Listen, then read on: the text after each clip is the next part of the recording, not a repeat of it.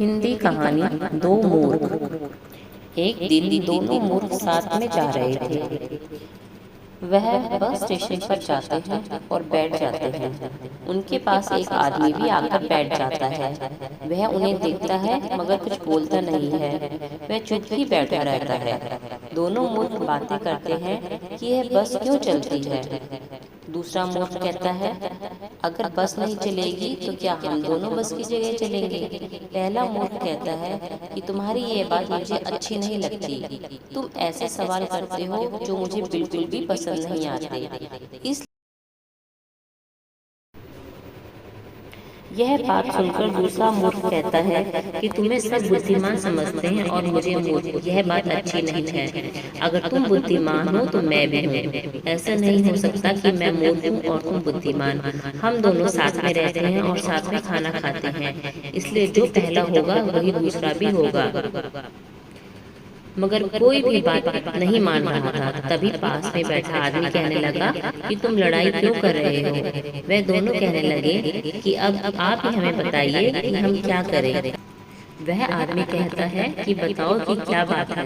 पहला मूर्ख कहता है कि यह मुझे मूर्ख समझता है, मगर दूसरा मूर्ख कहता है कि यह मुझे मूर्ख समझता है। वह आदमी समझ गया कि यह दोनों ही मूर्ख हैं। मुझे इनका फायदा उठाना चाहिए, मगर कैसे। वह आदमी कुछ योजना बना रहा था जिससे वह उनका फायदा ले सके। तभी उसके मन में ख्याल आता है। वह कहता है कि तुम्हारे यहाँ पर कितना सामान है। वह दोनों मूर्ख कहते हैं हमारे पास सब कुछ है, मगर उससे कैसे पता चलेगा कि हम में से कौन बुद्धिमान है। वह आदमी कहता है कि उसी से सब कुछ पता चल जाएगा। तुम मुझे अपने साथ घर ले चलो। वह दोनों घर जाते हैं। वह आदमी भी घर जाता है। वह देखता है कि इनके पास तो बहुत सामान है। वह आदमी कहता है तुम्हारे पास तो बहुत कुछ है। ऐसा करो कि जो भी सामान बेचकर सबसे अधिक पैसा लाएगा वही विजेता होगा। दोनों को यह बात अच्छी लगी। दोनों को बराबर सामान दे दिया गया।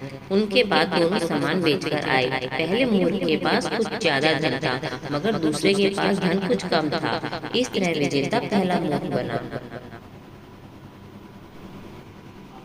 इसके बाद दोनों मूर्ख कहने लगे कि आप बहुत अच्छे आदमी हैं। आपकी वजह से हमें पता चल गया कि हम में से कौन बुद्धिमान है। वह आदमी कहने लगा कि तुम मुझे बहुत भले आदमी लगते हो। अब तुम ऐसा करो कि यह धन मुझे दे दो। दोनों मूर्ख ने कहा कि आप इसका क्या करेंगे। वह आदमी कहने लगा इससे तुम्हारा सामान भी तो वापस लाना है। दोनों मूर्ख कहने लगे यह बात तो हमने सोची ही नहीं थी। उन्होंने उसे पैसे दे दिए और वह आदमी चला गया। उसके बाद आज भी वह दोनों मूर्ख इंतजार कर रहे हैं कि वह किस रास्ते से आएगा। तो दोस्तों, देखा आपने, बेवकूफ़ी का फायदा कोई भी उठा सकता है, इसलिए समझदार बने।